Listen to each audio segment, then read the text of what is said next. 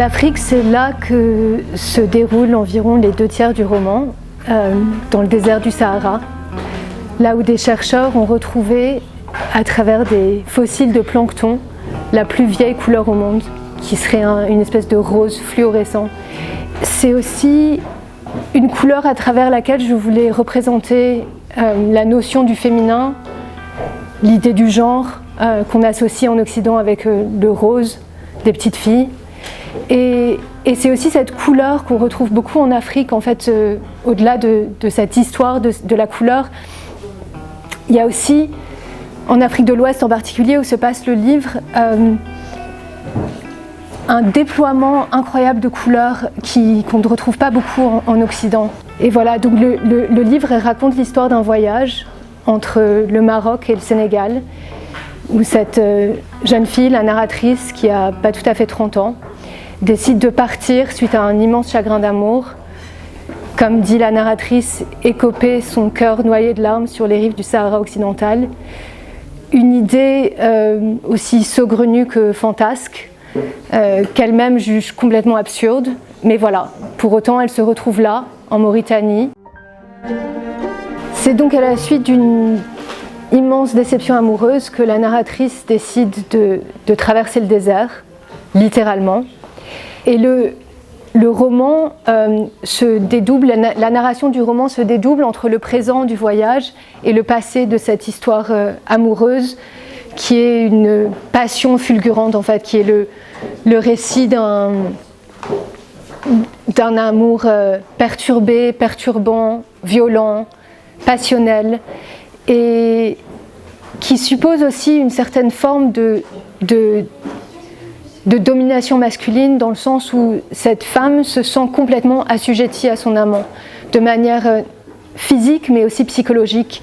Et j'avais envie d'explorer ce que représentait cette passion amoureuse, ces sentiments d'assujettissement physique qu'une femme peut ressentir à notre génération, alors qu'on est une génération de femmes qui a l'impression d'avoir beaucoup évolué par rapport à nos mères, par rapport à nos grands-mères, avoir obtenu une certaine forme de liberté, avoir obtenu un très grand affranchissement. Le réel dans le roman, pour moi, fait écho à Barthes, aux effets de réel, à une façon de raconter une histoire de manière vraisemblable. Et je pense aussi, dans le même temps, au réel, à la réalité tangible du monde qu'on essaie de représenter en écrivant. J'avais envie dans ce livre de me faire le porte-parole d'une certaine réalité d'aujourd'hui. En somme, pour moi, c'était une façon d'essayer d'apprécier à travers la littérature où on en est dans la réalité du clivage des genres, où on en est dans notre rapport entre les hommes et les femmes, où on en est dans l'émancipation des femmes qu'on a eu l'impression d'obtenir. La fiction, à mon sens, c'est ce qui permet d'organiser le réel.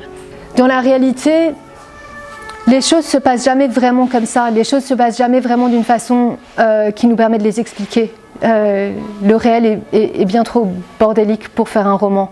Il faut trouver des parades pour réussir à l'agencer, il faut trouver des symboles, il faut trouver des éléments fictionnels.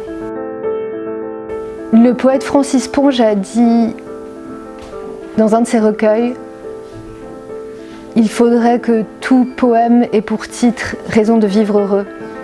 Je pense souvent à cette phrase et j'y crois énormément en ce qui concerne la littérature. J'ai l'impression que les livres, pour les amoureux des livres, aident à vivre.